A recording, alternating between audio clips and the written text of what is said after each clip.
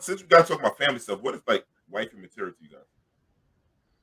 Well, I'm gonna say this. I gotta just chime in for a second. I have one of my friends, one of my close friends, and she's actually watching tonight. She resents the actual term wifey. She resents it, and I think she feels it is something that is almost relegated to the black community because people don't actually get married, and dudes be like, "Yeah, that's wifey right there." Has not made a commitment, all this stuff like that. So I could just tell in advance without even hearing from her, we've had the discussion. So with that said, I understand. Listen, black people it's swag on, right? Yeah, black people swag on everything. You know what I'm saying? So like, it's a little trickery to it. I have to say that. I mean, basically, I get it what you're saying, but like, come on. Yeah, you're getting the milk and you don't got to buy the cow, so you give it this label to make I totally kind of feel it. Yeah, but even if you marry, you still call her wifey. But she is your wife if you married her. I mean, you can't help but call her wifey if you married her. Yeah. But she's not my wife is not wifey. My wife. Yeah, correct. Yeah. No, I call my wife my wife too. Derek done brought our sponsors back. Go ahead. I don't know, man. I'm just telling you the truth. You know what I mean? I mean, listen, I don't want to disparage anybody's relationship, bro. You know what I'm saying? The women are ripping us apart. Listen, I love you. Yeah, I know. Listen, I love you all. I'm wearing pink again. D. Directed to D. That's it. D. I'm wearing pink again for the Tatas for the last day of Tata month. I'm wearing pink. So much for that sponsor, Derek. We had it for a second. Okay, so the crux of it is this: the type of woman that you want to settle down with. The type of woman that you feel like you like to commit to for the rest of your life. Marriage material, as white people say, he's husband material. That kind of thing. I think it's subjective. Go ahead, Rod. I've heard women use the term wifey. Like I've heard women say that they think they're wifey material. I've heard women say it. Exactly. But the thing is, there's nothing wrong with it. The thing is, I've had conversations with women that say, I think I'm wifey material. And the first thing that comes out of my mouth is like, you may upset people, but it's not determined by you. It's determined by the guy. If you're his wifey material. To me, like I always, when I was in a relationship or looked for marriage or whatever, one of the main things that I always looked for was loyalty, because I was going to give you 100% loyalty and I expected the same thing in return. And the thing is, I always looked for somebody that I can have a friendship with. You know what I'm saying? Like me and my wife were friends first before we were lovers and in a relationship. Like I actually enjoyed being around her. And that's what sparked it with me, because I'm like, wow, this is cool. And I remember me and my wife's first date, we went to a football game together. And that was like a big turn on for me, because we went to see the Giants beat the Falcons in the playoffs, and they won the Super Bowl that year, and we went to the Super Bowl.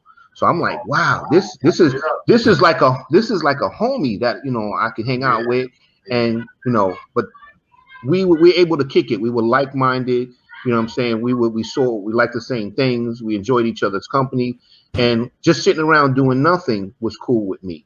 To me, I think that's big. Like you got to be able to be comfortable with each other, spending time, even when you ain't even doing nothing. You know what I mean? We ain't saying nothing. I could just sit there and watch TV with my wife. We ain't exactly 2 hours. We just sitting there watching it. You know what I mean? Because you gotta understand, this is somebody you're supposed to, under best circumstances, you're supposed to be with them with the rest of your life. You gotta like them. You gotta like them. Okay, but wait a minute. You two are married, and you're drawing from some experiences within the marriage. Early on, what did you identify in these women? Because Derek, you don't watch TV with somebody else, and Rodney, you probably have watched sports with somebody else. What made these women the quintessential person that you said I want to be with forever? Well, Rodney just told you. Rodney told you, like, you gotta be. Listen, that's gotta be your friend. If you're friends with somebody, if you got something in common with them, like when he and his wife went out to go see football, that let him know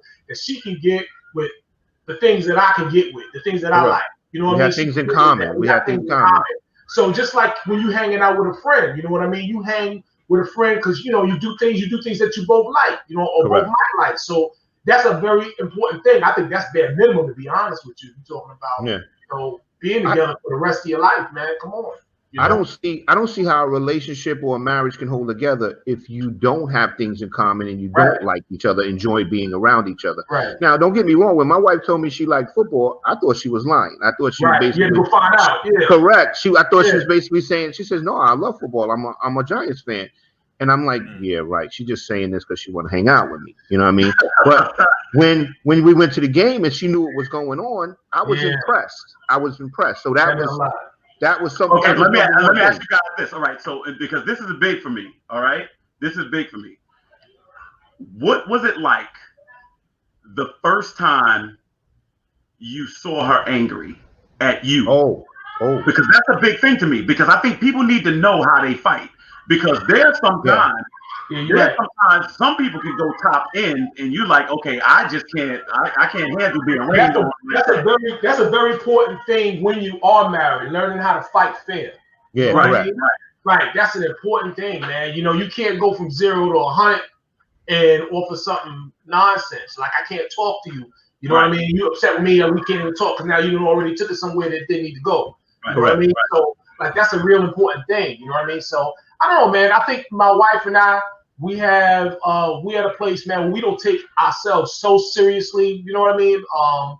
I know myself. I think I'm a fairly humble dude. So I'm not the type of person that she just can't say anything to. You know what I mean? So she can speak her mind, within reason, of course. Me be respectful. You know what I mean? But she got upset, and I didn't agree, and that was it. But every time we do argue, every time we have argued, what happened was, and we made up. It just let me know. Okay, we just got a little bit stronger. Correct. We overcame that. She might give me the cold shoulder. It might last 3 days or 4 days, but then we get past it, and it's like, okay. And I'm doing the same thing. I'm uptight too, but then when we get past it, it lets me know, we just got a little bit stronger. You know what I mean? When you see, you have to be able to see each other at your best and at your worst. You know what I mean? So the thing is, like, when I remember when we had our first disagreement, like that. Excuse my French, that shit was ugly. You know what I mean? Like, and this was way before we were married. You know what I mean? But what happened, what we were going through is that me and her were like battling for power. You know what I mean? And that's what I kind of get at. You're battling for power. You're battling for your position. You're trying to be right. You know what I mean? And the thing is, you can't allow your ego to be bigger than this relationship. You know what I'm saying? So the thing is, like, when everything calms down, like me and my wife used to talk about things after the battle was over.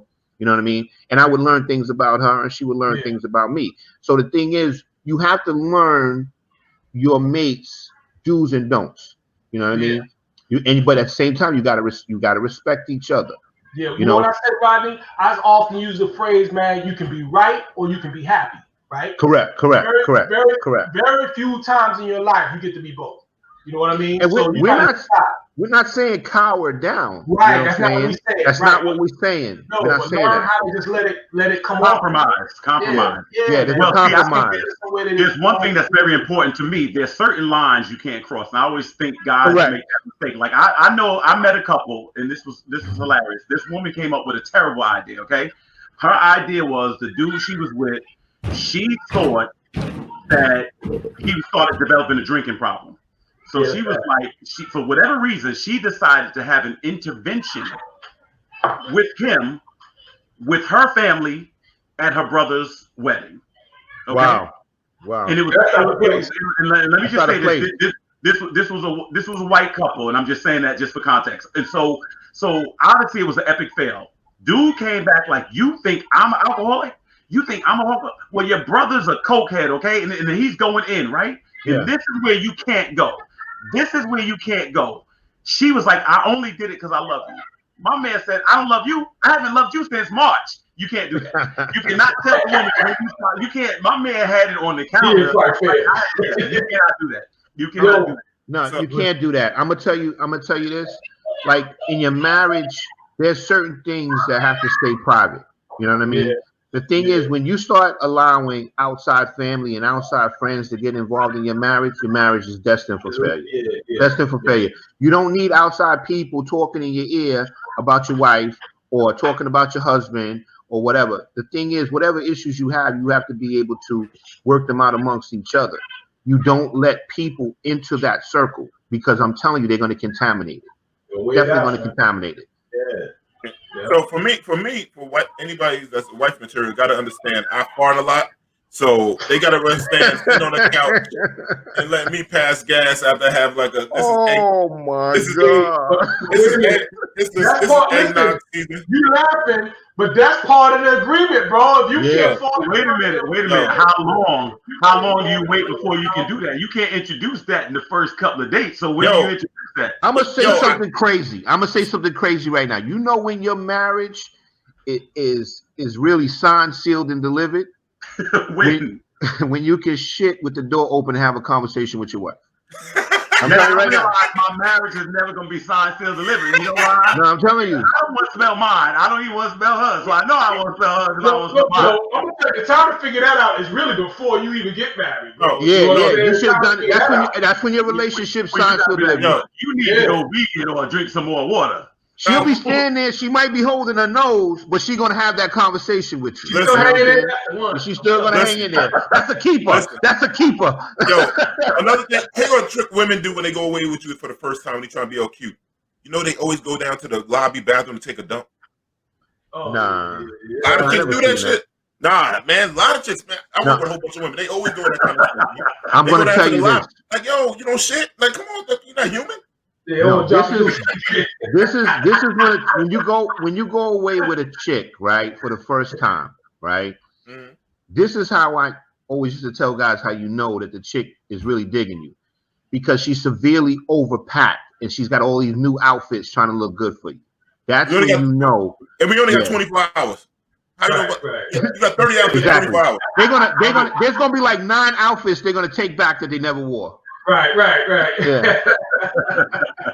And they want you to pick out the outfits so they're gonna wear that night. You know, I did something very, very romantic. I took a woman to several islands in one day. Yes. You're a nice guy. We did Long Island, Staten Island, Coney Island, and Manhattan Island. So I just want you to know, for the fellas out there, you got to make it work. You know. Wow, you're a big baller, Calvin. Yeah, you know what it is. Man.